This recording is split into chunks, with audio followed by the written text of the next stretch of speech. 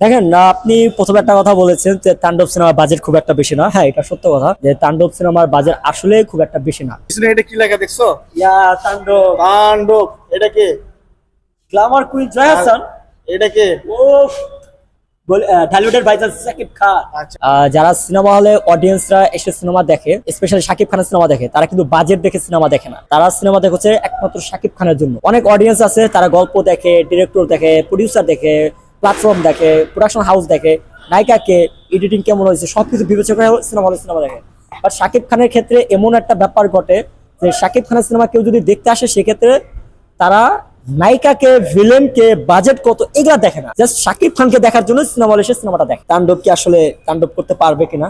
হ্যাঁ, of course of course তাণ্ডব তাণ্ডব করতে পারবে। বিকজ হচ্ছে তাণ্ডবকে, তাণ্ডব লীলাকে লীলায় পরিণত করতে আমাদের যারা সাকিবিয়ান আছে বা আমরা যারা আছি তারা তো আর চুপচাপ বসে থাকবো না, চুপ করে থাকে বলে কি ভেবেছিস না। রাইহান রাফিকে নিয়ে আমার কনফিডেন্স, শাকিব খানকে নিয়ে। রাইট। আর আমরা জানি যে রাইহান রাফি সিনেমা মানে পুরোপুরি ভাবে ক্লিয়ার করে না। বিকজ পুরোপুরি ভাবে ক্লিয়ার হতে হলে আপনাকে সিনেমা হলে এসেই সিনেমাটা দেখে তারপরে ক্লিয়ার হতে হবে।